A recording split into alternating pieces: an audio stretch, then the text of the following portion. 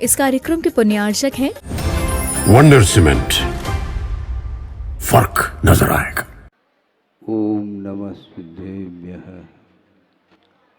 ओम नमः सिद्धेभ्यः। ओम नमः सिद्धेभ्यः। नमः श्री वर्धमानाय निर्धूत कलिलात्मने सालोकानां त्रिलोकानां यद्विद्यादर्पणायते। अहिंसा परमो धर्म की, महावीर भगवान की। प्रातः स्मरणीय परम पूजाचार्य गुरुवर श्री विद्यासागर जी मुनि महाराज की जय।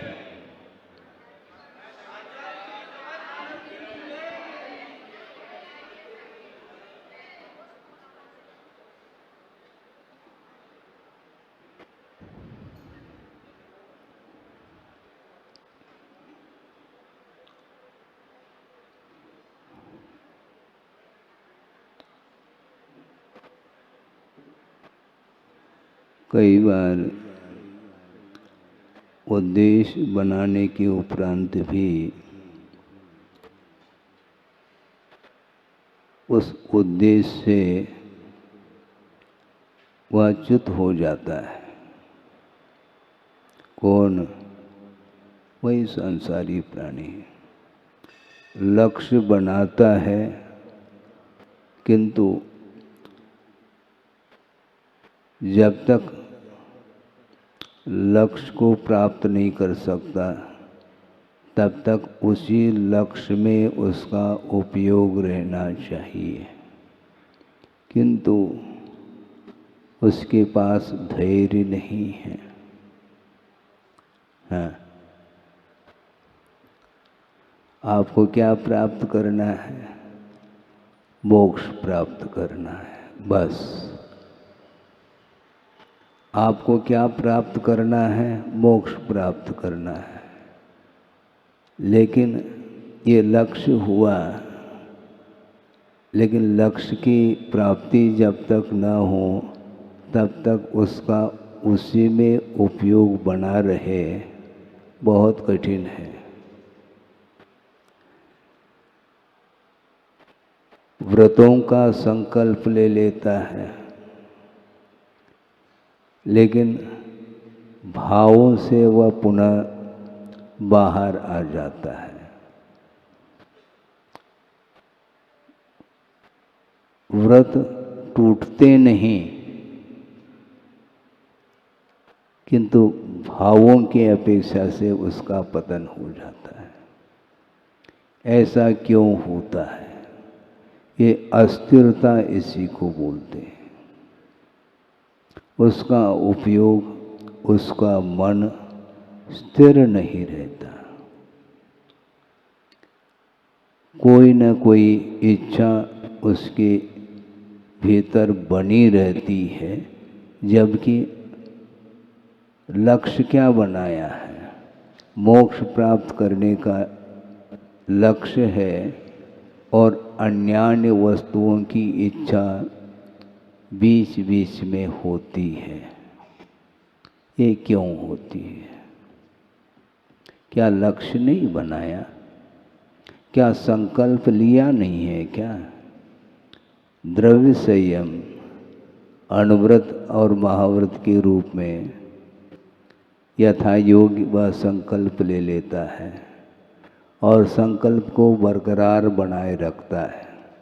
इसके बाद भी गुणस्थान बरकरार बनाए रख नहीं पाता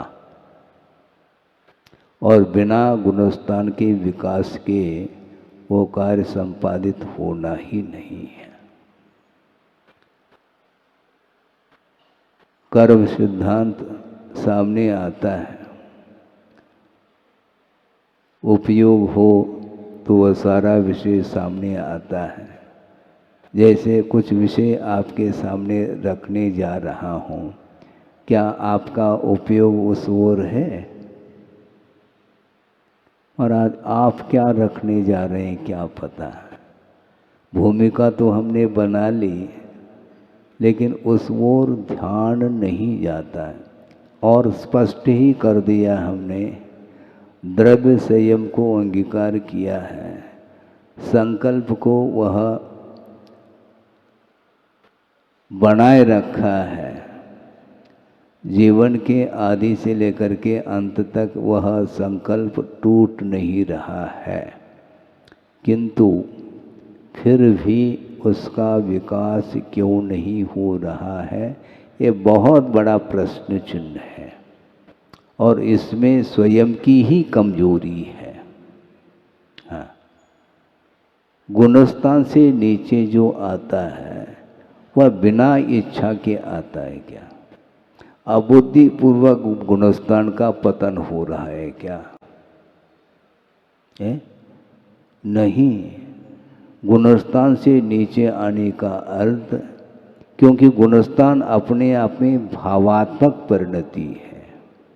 आत्मा के जो परिणाम होते हैं, यदि सम्यक दर्शन के साथ रह रहा है तो उसके परिणाम कैसे रहेंगे? सम्यक दर्शन के साथ परिणाम जो रहते हैं वह मिथ्यात्व के साथ जो परिणाम रहते हैं वो नहीं रहेंगे। एक साथ दो दो गुणस्थान नहीं होते। नाना जीव की अपेक्षा से होना अलग विषय है, किंतु एक जीव की अपेक्षा से एक साथ एक ही गुणस्थान रहेगा। या तो मिथ्यात्व रहेगा अथवा अविरति है तो चतुर्थ गुणस्थान रहेगा। द्वितीय गुणस्थान भी आ सकता है, तृतीय भी आ सकता है।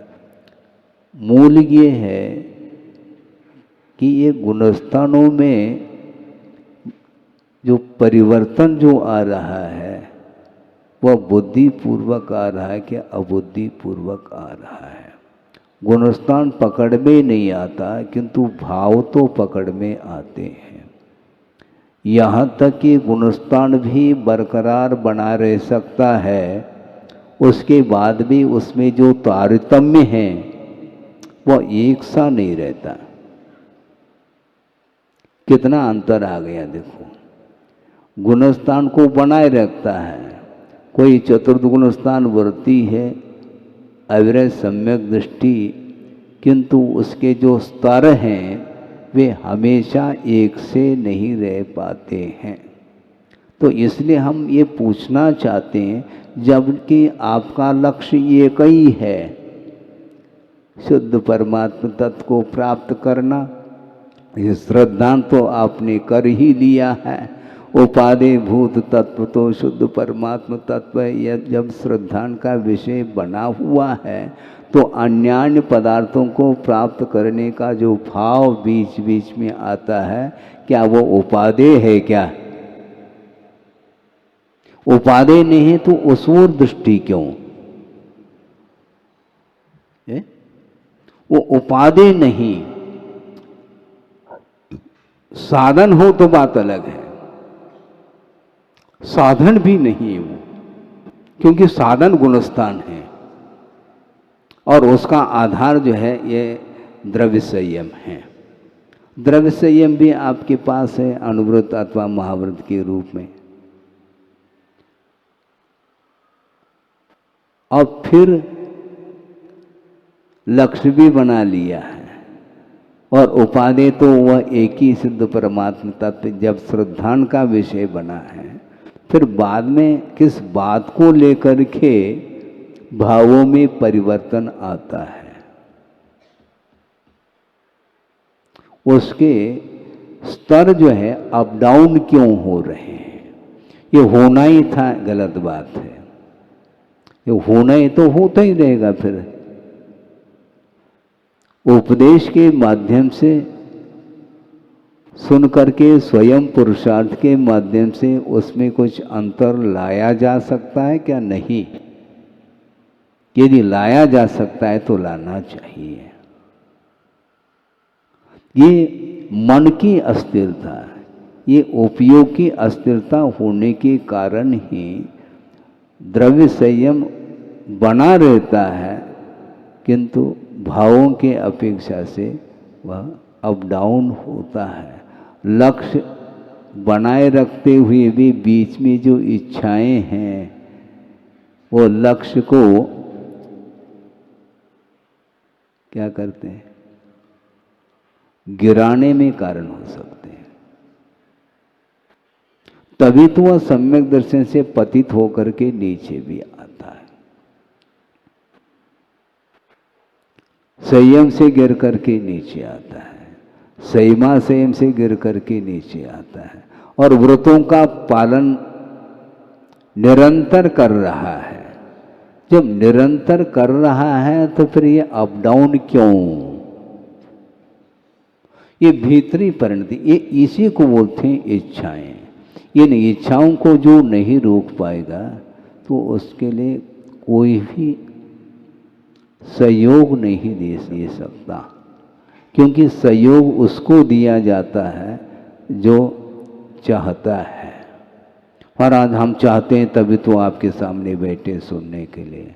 सुनना अलग है, सुनने के लिए तो सभी बैठे हैं, और सुनाने के लिए भी बैठ सकते हैं आप, क्योंकि अभी आप श्रोता हैं इसलिए सुन रहे हैं।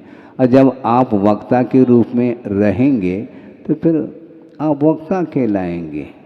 तो ये वक्ता और श्रोता ये अलग विषय है, किंतु जो कहा गया है, जो आपने लक्ष्य बनाया है, जिसको उपादेय के रूप में स्वीकारा है, उसको बरकरार बनाए रखते हुए बीच बीच में जो मन की अस्थिरता है अथवा उपयोग की जो अस्थिरता है, इसको जब तक नहीं रोकेंगे तब तक कोई भी विकास के लिए गुंजाइश नहीं है। तो ये कब तक करना? पुनः आकुलता शुरू हो गई। नहीं, कब तक करना, ये क्यों कह रहे हो? लक्ष्य जब आपने बना ही लिया है तो जब तक लक्ष्य की उपलब्धि न हो तब तक आपको पुरुषार्थ करना है। और ये बहुत कठिन है। हाँ, ये कठिन है। ऐसा जो भाव आ गए तो गिरावट चालू, वहीं से गिरावट है।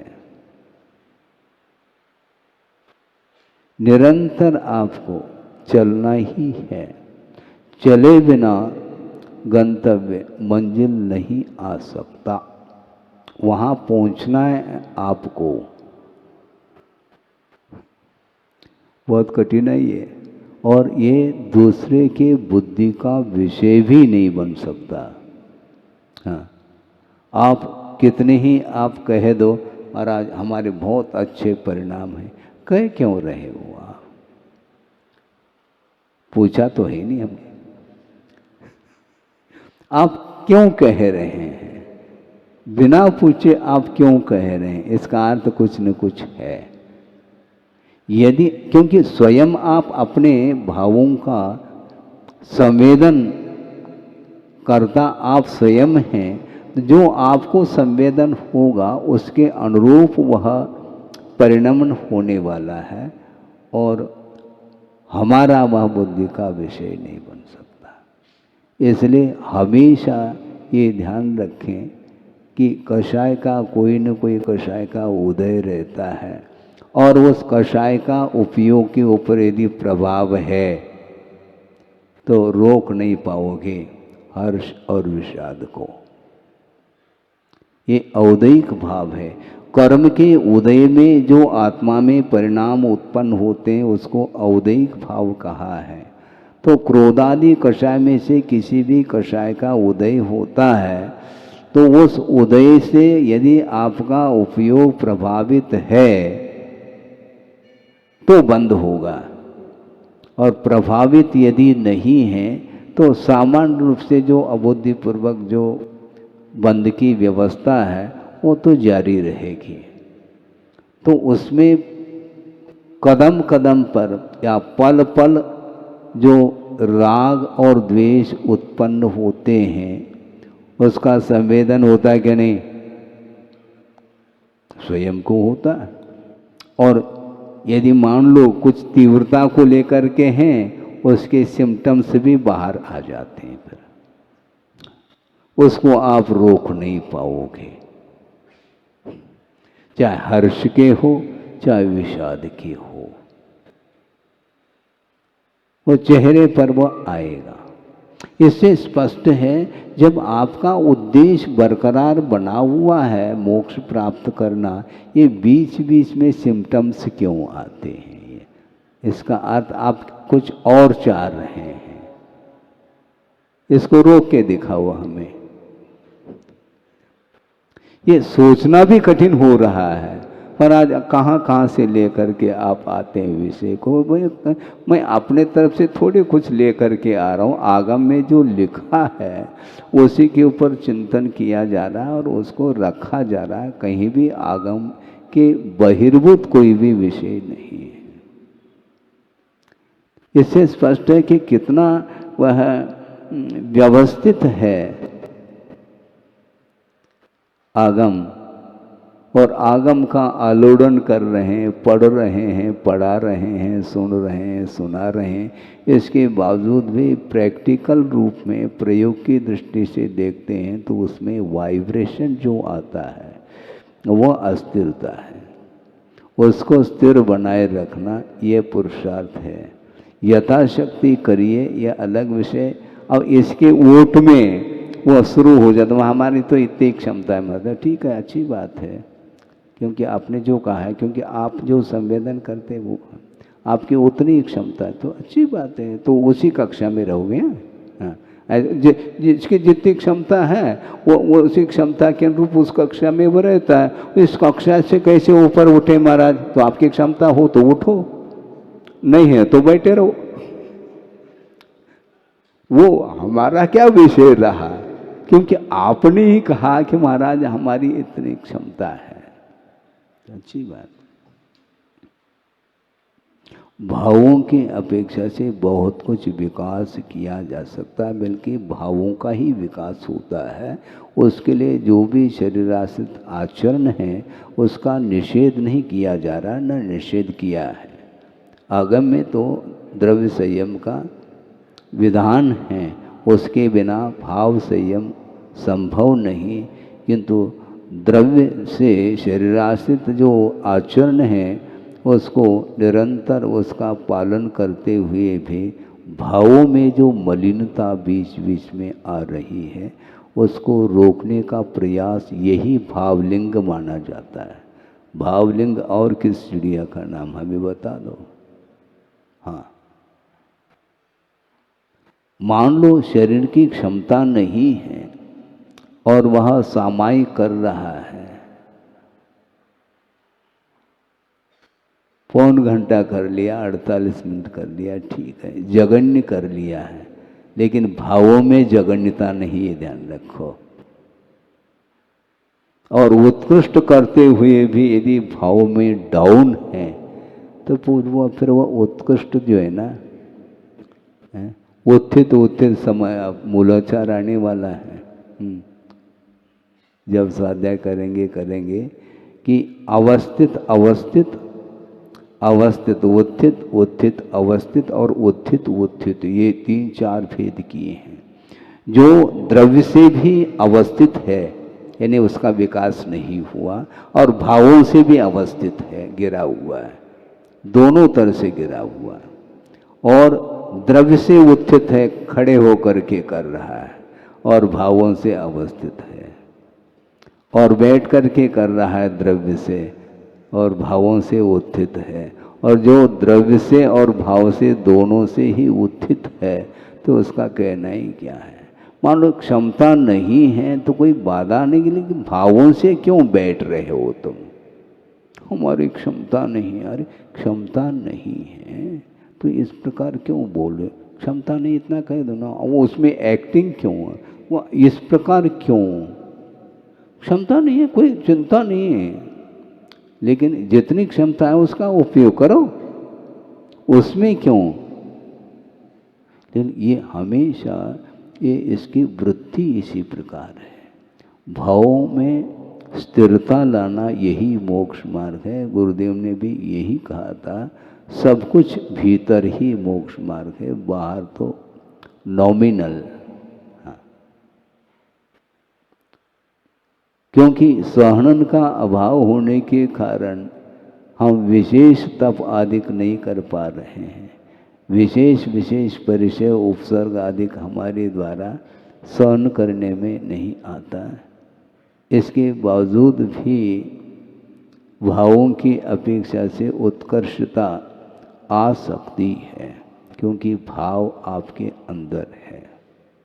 तो इसलिए ये राग द्वेष इससे जब तक ऊपर नहीं उठेंगे, ये कषाय का क्षय नहीं होगा। वर्तमान में कषाय का समय समय पर उदय होता रहता है, किंतु उससे आपका यदि उपयोग प्रभावित है तो गुणस्थान भले ही चेंज ना हो, किंतु गिरावट तो है उसमें, उस स्तर तो गिरेंगे।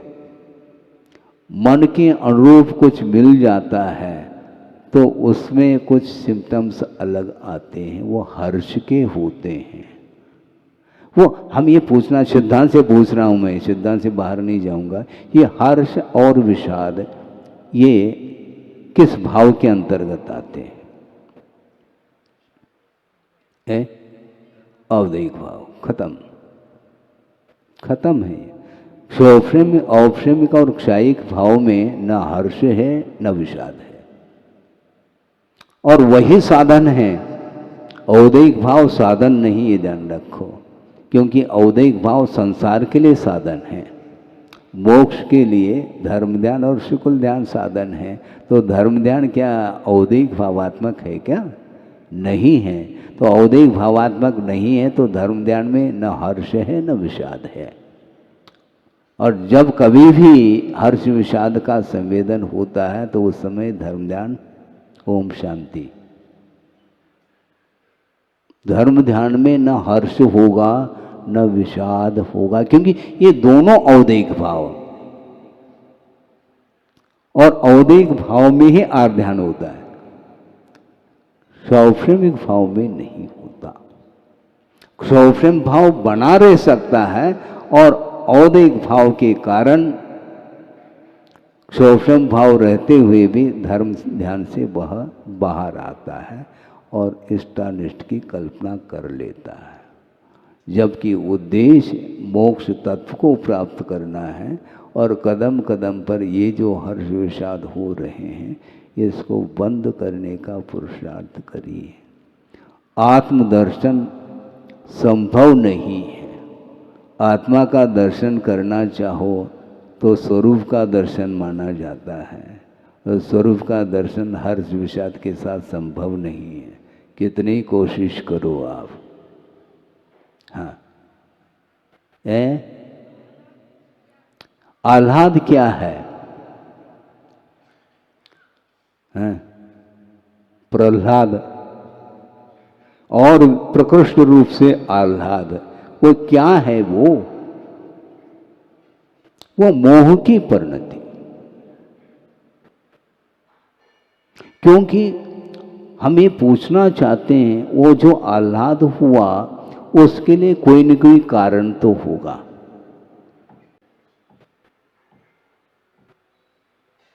कौन सा कारण है जिसके कारण कभी आह्लाद, कभी उसका अभाव?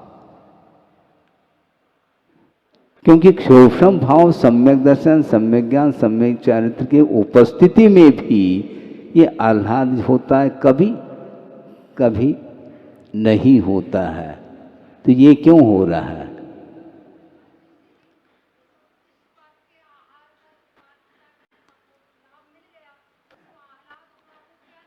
वो क्या चीज़ आपको ये अनुभव होगा ना, क्योंकि देने वाले को अनुभव होता है, लेने वाले को क्या होगा? नहीं, वस्तुतः वो है क्या चीज है? नहीं, सूक्ष्म विषय है ये। क्योंकि साधन में आह्लाद क्या है? वो साधन है। यहां से दिल्ली जाना है तो बाय ट्रेन जा रहे हैं, तो ट्रेन क्या है? ये साधन ही तो है। उसको देख करके क्या आह्लादित होना? उसमें क्या आह्लाद है? आप सोचो, वस्तुतः साधन को साधन के रूप में स्वीकारना है हमें। यही वस्तु तत्व का स्वरूप माना जाता है। हाँ हाँ हाँ, हम आश्चर्यचकित हो रहे हैं इसलिए। भगवान कभी आश्चर्यचकित नहीं होते हैं। 50 करो और 500 करो, उनको कोई फर्क नहीं पड़ने वाला है। वो कभी भी आश्चर्यचकित नहीं होते, क्योंकि राग द्वेष से ऊपर उठे हुए हैं वो। जब तक राग द्वेष का सद्भाव रहेगा तब तक यही दशा रहेगी। तारतम्य अलग वस्तु, किंतु उसमें वो झूलेगा वो। तो वो ये पराश्रित है क्या स्वाश्रित, मुझे बताओ। 5 आश्चर्य हो गए तो आह्लाद, नहीं हुए तो कब होगा कब होगा कब होगा। आश्चर्य, 8वां आश्चर्य कौन सा आश्चर्य है ये वस्तुतः ये बाहरी जो कुछ भी पुण्य के उदय में जो समागम हो रहा है आश्चर्यजनक, वो क्या है? वो पर है क्या स्व है? तो पर में क्यों आह्लाद फिर? पर तो है नहीं, क्या स्व है क्या पर है? बता, क्लियर कर लो। वो सब पर है। हाँ, श्रमण बैठे हैं, आपने नमोस्तु कहा है, ठीक है। मुझे क्या हो रहा है उसको लेकर के? कुछ हो रहा है? आह्लाद है। आप पूजन करते हैं, बड़गान करते हैं, नवदा भक्ति करते हैं, तो उसके माध्यम से हमें आह्लाद हो रहा है कि आपको हो रहा है? क्या हो रहा है? किसको क्या हो रहा है बताओ? हैं? तो आपको आह्लाद, मुझे क्यों नहीं हो रहा है? मुझे भी तो होना चाहिए। समो शरण, सुनो, समो शरण में विराजमान प्रभु हैं, और समोषण पूरा वैभव वह किसका है? उसका स्वामी कौन है? समोषण ये वैभव प्रभु का वैभव है, किंतु उनका कोई अटैचमेंट नहीं उनके उस वैभव के साथ, इसलिए उनको न हर्ष है, न आह्लाद है, न प्रह्लाद है, न कुछ है ही नहीं। राग और द्वेष जहाँ तक है तब तक वह छद्मस्त अवस्था मानी जाती है। राग द्वेष मोहाश्च न यस्य अस्ति स आप्तः क्षुत् पिपासा जरातंक जन्मांतक भयस्मया न राग द्वेष मोहाश्च यस्य आप्त स प्रकृति। वह भगवान है जिसके पास न राग है, न द्वेष है, न क्षुधा है, न तृषा है, ये कुछ भी। 18 दोषों से जो मुक्त हुए हैं वे प्रभु हैं। उनके अंदर एक क्षण के लिए भी न राग न द्वेष, और राग और द्वेष जो उत्पन्न होते हैं वह पर वस्तु को लेकर के होते हैं। ये हमेशा श्रद्धा का विषय बनाना चाहिए। आपको यदि हर्ष विषाद हो रहा है तो पर आ गया बीच में, वहां पर आ गया, परमार्थ समाप्त। तो बिल्कुल ये श्रद्धान बनाओ। कभी कभी ऐसा लगता है कि महाराज बहुत कठिन है। कठिन तो है, पेपर तो कठिन ही रहेगा ना। आपके मन के अनुरूप प्रश्न थोड़ी रखे जाएंगे, प्रश्न कठिन है। हाँ, परमार्थ का स्वाद भी लेना चाहो और हर्ष और विषाद को साथ में पैरेलल ले करके चलो, ये ठीक नहीं, संभव नहीं है वो। इसीलिए श्रवण के लिए कोई भी विषय प्रभावित नहीं कर सकते। यदि श्रवण हो करके भी प्रभावित हो रहा है तो उसमें फिर स्तर तो घटेगा। जब एकदम गुणस्थान से हम नीचे ले जाना नहीं चाह रहे हैं, क्योंकि कहीं और बहुत ज़्यादा विषाद का अनुभव न कर लें। मतलब श्रवण हो करके भी इसका अर्थ विषाद का अनुभव करता है, वो बहुत जल्दी प्रभावित होता है। आप प्रभावित क्यों हो रहे हैं? आपके अंदर यदि मान लो वो वेव्स उठ रहे हैं तो उसको स्वीकार करो ना, क्या दिक्कत है? यही सत्य है। महाराज हम आए हैं नीचे, बस ठीक है आए हैं, अब नहीं, यदि ऊपर उठना चाहो तो छोड़ना पड़ेगा आपको। हाँ, ये पक्की बात है। बार बार प्रयत्न करने के उपरांत भी ये भाव दुर्लभ है, आते नहीं। इसलिए ये उपदेश अलग वस्तु है और उसका अनुकरण करना ये अलग वस्तु है। इसलिए साधन को साधन के रूप में स्वीकारता है तो न उसमें हर्ष है न विषाद है, कुछ है ही नहीं। क्योंकि हर्ष और विषाद ये औदैहिक भाव है और औदैहिक भाव के द्वारा ही बंध व्यवस्था चलती है। और बंध से ऊपर उठना चाहो, कर्म बंध से ऊपर उठना चाहो तो आपको कभी भी किसी भी वस्तु को लेकर के हर्षित नहीं होना। वीतरागता का दर्शन करते समय हर्ष नहीं,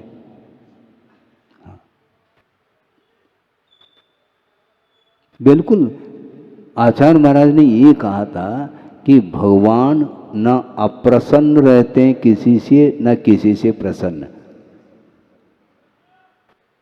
जो वंदना कर रहा है उससे प्रसन्न हो जाएंगे, मतलब जो वंदना नहीं कर रहा है तो उससे अप्रसन्न हो जाएंगे, ऐसा है?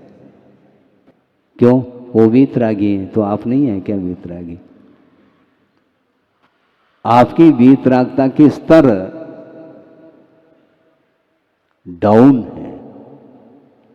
इसलिए श्रवण के मन में ये कतई विकल्प नहीं उत्पन्न होते। ये नो कर्म से यदि प्रभावित होगा तो बहुत कठिन है फिर तो है। मान लो थाल में लेकर के क्या 8-10 गोला है और वह मोक्ष फल प्राप्त ये तो मान लो देखने में आ रहा है, हाँ इसके काबिल तो मैं हूं। और मान लो किसी को एक ही गोला चढ़ाए, मान लो तो उनके पास एक था इसलिए चढ़ा दिया, लेकिन चढ़ाने के बाद जिसके लिए चढ़ाया गया है उसके अंदर क्या वेव्स है, सोचने की बात है। हाँ, वस्तुतः ये जो भक्ति है, इस भक्ति के द्वारा श्रवण के लिए कुछ नहीं मिलना। श्रवण के निमित्त से वह श्रावक अपने पुण्य को बढ़ा रहा है, हाँ उसके लिए है, श्रवण के लिए नहीं। भगवान की पूजा आप करते हो तो भगवान आह्लादित हो जाएंगे क्या आपसे? नहीं, फिर वो भगवान ही नहीं है फिर वो, क्योंकि जो कर रहा है पूजा उससे वह प्रभावित हो रहे हैं, जो पूजा नहीं कर रहा है उससे प्रभावित नहीं हो रहे, उससे रुष्ट हो रहे हैं। तो ये सराग दशा है। रागी द्वेषी जो देवी देवताएं हैं वो हमेशा इस प्रकार किसी से रुष्ट होते हैं, किसी से तुष्ट होते हैं, किंतु वीतरागी भगवान न रुष्ट होते हैं न तुष्ट होते हैं। उपसर्ग कर दो तो भी कुछ नहीं और नहीं करो तो भी कुछ नहीं। ये पोजीशन होना चाहिए, ये पुरुषार्थ के अधीन है। दृष्टि यदि उस ओर हमेशा जाती रहेगी तो ही वह अपने आप को ऊपर उठा पाएगा, नहीं है तो उसके वश की बात नहीं। हाँ, हमारे पास कोई आता ही नहीं, अच्छा उनके पास कितने लोग हैं देखो। ये यदि भाव आ रहे हैं, ऐसा नहीं कह रहा हूं, यदि बाई चांस आ जाए तो क्या है वो? ये औदैहिक भाव नहीं है क्या? कषाय का उदय हो, क्योंकि सत्कार और पुरस्कार यदि चाह रहा है तो वह परिचय विजयी नहीं कहलाया। कोई सत्कार करे कोई न करे, इससे क्या लेना देना। क्योंकि सत्कार और पुरस्कार से प्रभावित होता है तो आश्रव नहीं, संवर नहीं कर पाएगा। फिर संवर यदि करना है तो अपने को विजय प्राप्त करना है, तो ये नहीं होता। तो इसीलिए वो आह्लाद जो आता है वो इन्हीं बातों को लेकर के आता है। कोई करे न करे इससे क्या प्रयोजन है। भगवान देखो कैसे बैठे हैं, वो देखते नहीं हो कौन कितना गोला चढ़ा रहा है। तुम चढ़ाओ या नहीं चढ़ाओ, हमें क्या प्रयोजन है। हमारा तो मोह समाप्त हो चुका है और आपसे हम किसी से प्रभावित नहीं होने वाले हैं। उनका जो दिव्य शरीर है उस दिव्य शरीर की ओर भी उनकी कोई निगाह नहीं, कोई दृष्टि नहीं उस ओर, क्योंकि शरीर भिन्न है। ये पहले से उनको श्रद्धान था और अभी भी है, क्योंकि जो भिन्न है, जो पर है, तो पर के प्रति आकर्षण क्यों। यदि आकर्षण नहीं है तो पर की ओर दृष्टि नहीं, खत्म बात। यदि दृष्टि है भी तो पर के रूप में है। हाँ, मुझसे भिन्न है। संयोगजा भावा, ये संयोगज भाव है। मत सर्वे पे सर्वे, ये बोलना बहुत आसान है। ये सारे सारे जो कारिकाएं जो है ना, श्लोक वगैरह, उसका कोई प्रभाव नहीं पड़ रहा है। क्यों? कई बार चिंतन हो चुका है, बार बार बार वही क्या करना। अच्छा, कई बार चिंतन कर लिया, फिर प्रभावित क्यों हो रहे? तो तुम्हारा चिंतन किस काम का? वो प्रैक्टिकल कुछ है ही नहीं। किसी ने कहा था, बार बार बार बार पर वस्तु को प्राप्त करने के लिए प्रयत्न करता रहा और कर्म के योग से प्राप्त नहीं हुआ, तो फिर अब वह अध्यात्म का सहारा लेना चाह रहा है, क्योंकि थक गया वो। अब अध्यात्म याद आ रहा है। इसका नाम अध्यात्म थोड़ी, चाहे मिले चाहे न मिले, कोई प्रयोजन, कोई विकल्प ही नहीं उसमें। सद्भाव में भी विकल्प नहीं तो अभाव में भी विकल्प नहीं। इसका नाम वीतरागता है। आठ ही, अरे 8 प्रमुख है, उसमें अनंत समाहित है, अंतर्भूत है इत्यादि एटसेट्रा, इसी को बोलते हैं सम्मत नान दंसन। इस प्रकार आप भक्ति करते हैं तो गिनने योग्य जो गुण हैं उनको गिन लेते हैं, जो अनगिनत गुण हैं उनको हम पृथक रूप से स्मरण नहीं कर पाएंगे, क्योंकि वह शब्दातीत गुण हैं। इसलिए सबको, कई बार आप लोग बोलते हैं, लेकिन क्या उस प्रकार की क्रिया करते हैं? नमोस्तु करते समय कोटिश नमोस्तु, अच्छा एक बार तो नमोस्तु करी और कोटिश बोल दिया। 1 करोड़ बार आपने नमोस्तु किया क्या?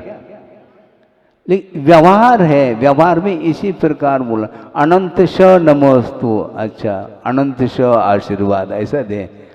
क्या है हमें बताओ, व्यवहार क्या है? आखिर व्यवहार इसी प्रकार होता है, जितना शक्य है उसी का अनुष्ठान किया जाता है। भावों की अपेक्षा से हम नमस्कार कर रहे हैं और शब्दों की अपेक्षा से उतने बार संभव नहीं है, लेकिन फिर भी ये पद्धति चलती है।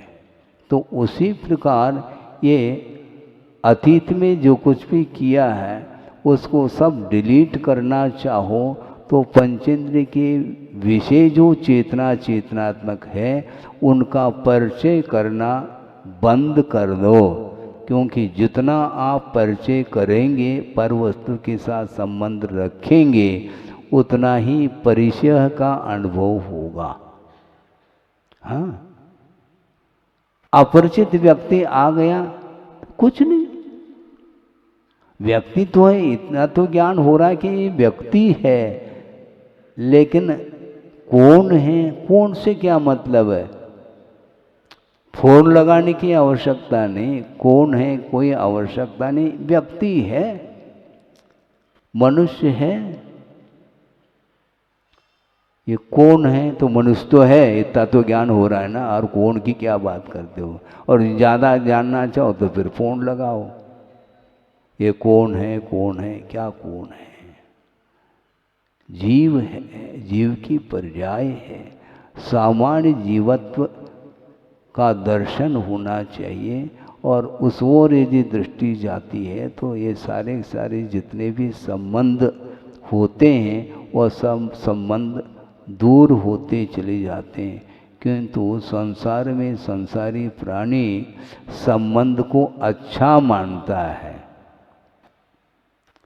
और संबंध का अर्थ संयोग होता है, और संयोग के माध्यम से दुख का अनुभव करना पड़ता है। संयोग तो दुखम अनेक भेदम, और ये केवल सामायिक के समय पर, बाकी समय पर तो संयोग तो दुख, दुख नहीं, संयोग तो सुख अनंत भेदम, ये होगा।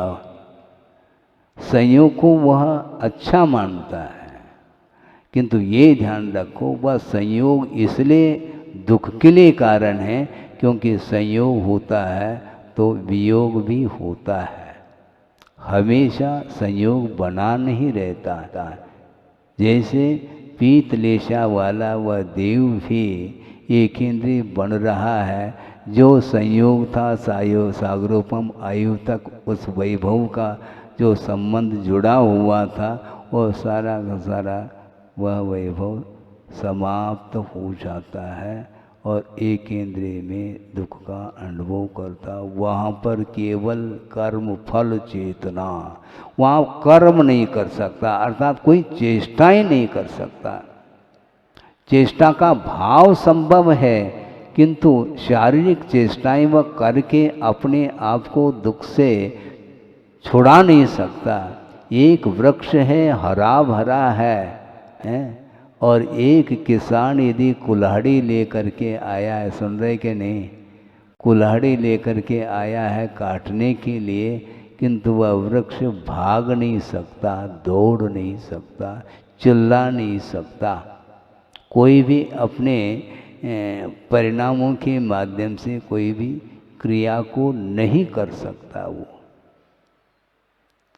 केवल करना क्या, दुख भोगता रहता है। दुख का कथन भी संभव नहीं है उसके द्वारा, क्योंकि उसके पास वाणी नहीं अपने दुख को, अपनी वेदना को वचनों के माध्यम से किसी के सामने व्यक्त कर सके। ये क्यों हो रहा है ऐसा, क्यों मत पूछो।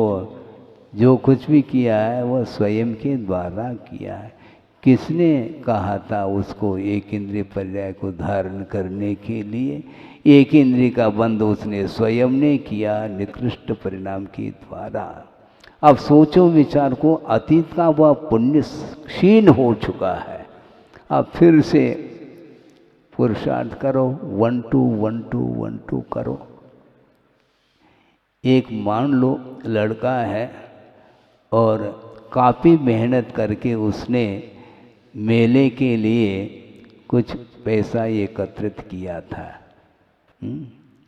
और गया है मेले में, और जब तक वह पैसा है तो मेला है, पैसा हजम हो गया, मेला खत्म।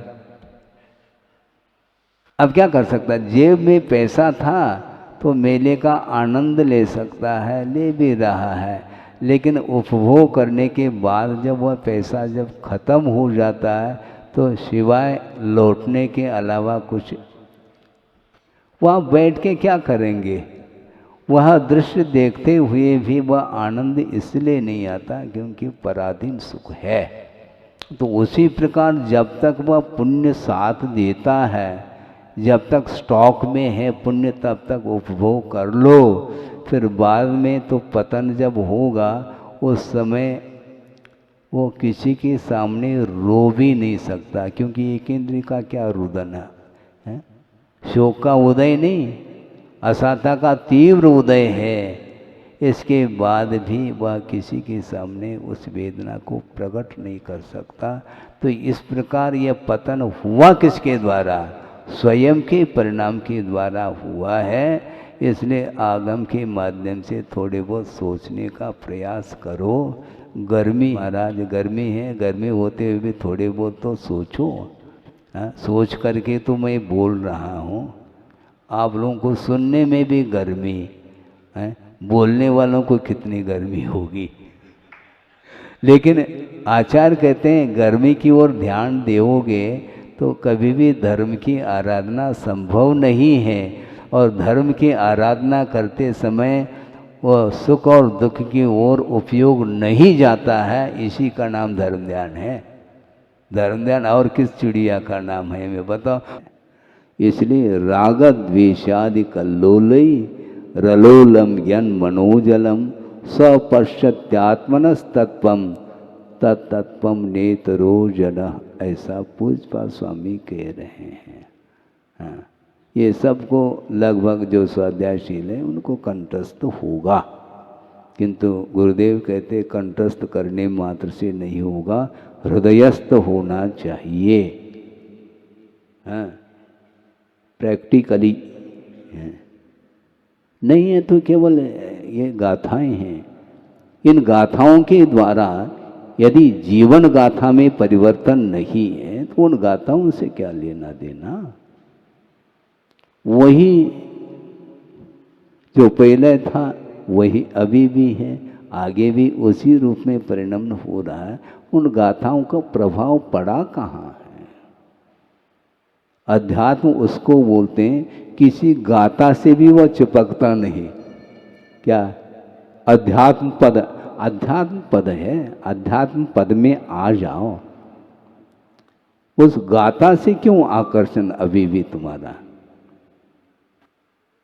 इसका अर्थ शब्द आपको झकझोर कर रहे हैं, जबकि अन्य गाथाओं में भी भाव है।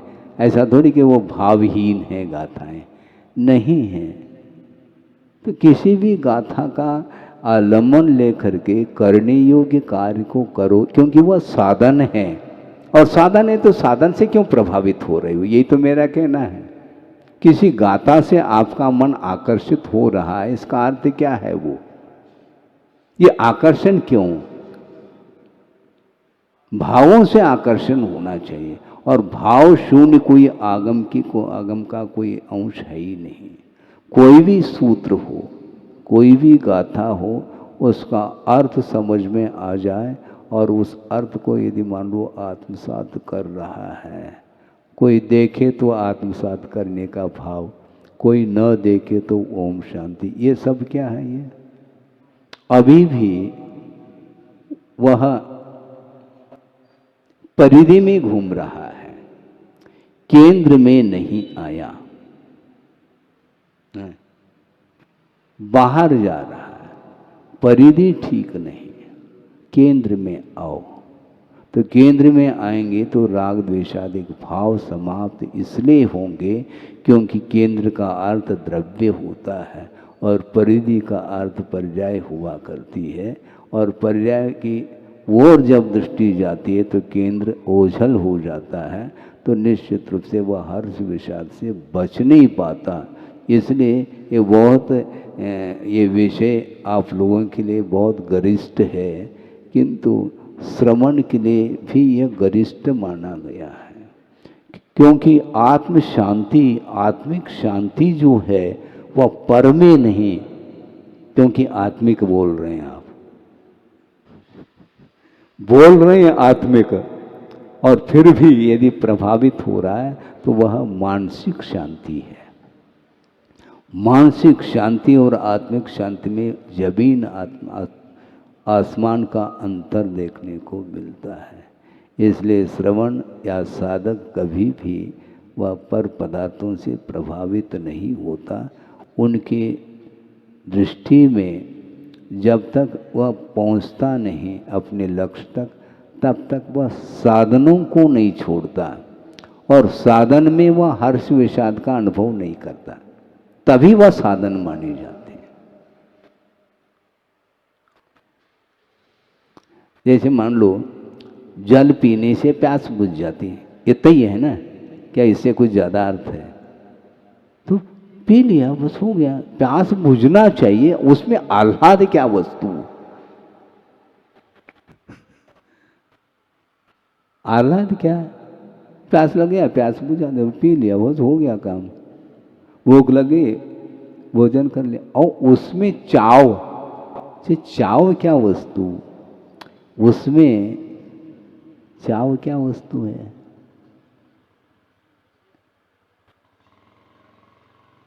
चाव से करने से कुछ जल्दी भूख मिट जाती है, ऐसा कुछ है क्या? तो उसमें वह मन लगाता है। हाँ। क्यों? अनुकूल है इसलिए। और अनुकूल नहीं है तो जल्दी जल्दी, हाँ, क्योंकि वह रुच नहीं रहा है। लेकिन है तो साधन वो भी है, ऐसा नहीं कि उसको खाने से भूख नहीं मिट रही है, ऐसा कुछ भी नहीं है। भूख तो मिट जाती है, लेकिन वह स्वादिष्ट नहीं है। और आह्लाद जो होता है वह स्वाद में होता है। इसलिए मूलाचार्य आदि ग्रंथों में ये दिया है कि श्वभ्र भरण अथवा गर्त पूरण कहा है। जैसे समझने के लिए हम ये पूछना चाहते हैं, आप भवन बना रहे हैं मान लो, तो फाउंडेशन, नींव जिसको बोलते हैं, उसमें पत्थर डाले जाते हैं, तो अनगढ़ पत्थर है? उसमें कोई साइज वगैरह ऐसा कोई आवश्यकता नहीं है। फिर बाद में जो दर्शनीय पत्थर है वह यार हुआ, क्योंकि वह आकर्षण उससे। तो आचार्य कहते हैं पेट में भरना है, ये गर्त है, तो कोई भी हो तो ले लेंगे, बस ठीक। मुझे ये चाहिए, वो चाहिए, इससे कोई प्रयोजन नहीं है, क्योंकि साधन है। हाँ। ये जहाँ तक चयन की बात आती है, निश्चित रूप से वह बेचैन है। हाँ, कोई भी हो, इससे कोई मतलब ही नहीं। चयन का अर्थ है ये इष्ट है, ये अनिष्ट है, ये भाव आए बिना वह चयन कर ही नहीं सकता। क्वालिटी मेंटेन का जो भाव है, सुपर क्वालिटी, A1, ये सब क्या है? इसका अर्थ बहुत उसका आकर्षण बना हुआ है उससे, और वो नहीं है तो भावों में म्लानता। इसी को जीतना है, बाकी आप कुछ भी नहीं करो, बड़े बड़े तप करो या नहीं करो, इससे कोई प्रयोजन नहीं। किंतु जो भी कर रहे हैं उसमें यदि रागादिक भावों का अस्तित्व बना हुआ है, फिर वह मोक्ष मार्ग उसका बहुत डाउन है। हाँ, और इस प्रकार दीर्घ काल तक यदि राग द्वेषादिक परिणति होती रहेगी, क्योंकि चेतना, चेतनात्मक जो बाहरी पदार्थ हैं वो आकर्षण के केंद्र बन रहे हैं। वो क्यों बन रहे हैं? मोह के सद्भाव में बनते हैं। मोह का अभाव कर लो तो आत्मा का दर्शन संभव है। हाँ, ये मोह और राग और द्वेष, इन तीनों में क्या अंतर है, इसको भी समझ लो। राग और द्वेष ये कार्य है, मोह कारण है। मोह कारण है, राग और द्वेष उसके ये कार्य है। जिसके अंदर मोह जागृत हुआ तो निश्चित रूप से वह राग द्वेष भाव होंगे उसके। और किसी भी पदार्थ के प्रति कोई मोह नहीं है तो न इष्ट है न अनिष्ट है, कुछ है ही नहीं वहां पर, कुछ भी नहीं। क्योंकि मोह हमेशा स्वरूप से दूर रखता है। किसको? जीव को स्वरूप तक पहुंचाने नहीं देता, इसका नाम मोह है। और स्वरूप तक पहुंच गया तो मोह साइड में रह जाता है, तो राग द्वेष समाप्त हो जाते हैं, तो आत्मा का दर्शन होता है। इसलिए आप आत्मा का दर्शन करना चाहो तो शरीर से ऊपर उठना पड़ेगा। अब शरीर क्या, अभी तो फोटो से ऊपर नहीं उठ पा रहे हैं आप लोग। हाँ, सुबह से लेकर के शाम तक वह फोटो है। हम नहीं जानते, हम बिल्कुल नहीं जानते, इसमें तो बिल्कुल अंगूठा छाप, हम कुछ भी नहीं जानते। हाँ, आधुनिकता में रह रहे हैं, किंतु आधुनिकता का कोई भी हमें ज्ञान नहीं है, कहाँ पर क्या हो रहा है क्या नहीं हो रहा। ये क्वालिटी क्वालिटी क्वालिटी, इसके कारण ही हमेशा वह भगवान के चरणों में आने के बाद भी यदि वह उसकी दृष्टि भीतर नहीं जा पाती है तो बाहर कैसे जा पाएगी, भगवान से दूर होने के बाद कैसे जा पाएगी। लेकिन ये हम ये पूछना चाहते हैं, 1 मिनट में समय हो रहा है, कि कोई भगवान की आज्ञा तो नहीं है कि फोटो उतारना है? नहीं, उनकी आज्ञा हो तो कोई बाधा नहीं, उनकी कोई आज्ञा है ही नहीं। हम स्वयं अपनी इच्छा से हम उस कार्य को कर रहे हैं, क्योंकि हम चाहते हैं, जिसको चाहते हैं वो कार्य करते हैं, इमीडिएट कार्य करते हैं, क्योंकि चाह बनी हुई है। और जिसकी कोई चाह नहीं, उस पर उसको ध्यान ही नहीं जाता उसका, क्योंकि वो भीतर आ चुका है। और आने के बाद भी वह इस प्रबंध में है कि ऐसा न हो कि कहीं बाहर न पहुंच जाऊं, इसलिए अपने आप की सुरक्षा में वह लगा हुआ है। इसलिए चाहे वह श्रावक हो, चाहे वह सामान्य गृहस्थ हो, चाहे श्रमण हो, सबका लक्ष्य एक ही होना चाहिए, मोक्ष प्राप्त करना। इसलिए मोक्ष प्राप्त करने के लिए जो साधन हैं, उन साधनों का निर्माण आप कर रहे हो। क्या जनालय का निर्माण करो अच्छे ढंग से, उसको ले करके भावों में विशुद्धि आएगी और निश्चित रूप से आपका वह वित्त, उसका सदुपयोग होगा। क्योंकि वित्त का सदुपयोग यदि धार्मिक आयतन आदि में नहीं लगाएंगे, वो सारा वित्त विषयों में ही चला जाता है, तो उसके माध्यम से और पाप का अर्जन होता है। इसलिए आपकी भूमिका में, शुभोपयोग की भूमिका में निरंतर आप देव शास्त्र गुरु की आराधना करने के लिए आप लोगों के लिए अवसर मिला है। उसके माध्यम से अपने जीवन को आगे और इसी प्रकार धार्मिक जीवन में आप अपना सर्वस्व न्यौछावर करते हुए अपने भावों को उज्जवल बनाए रखेंगे। अहिंसा परमो धर्म की जय।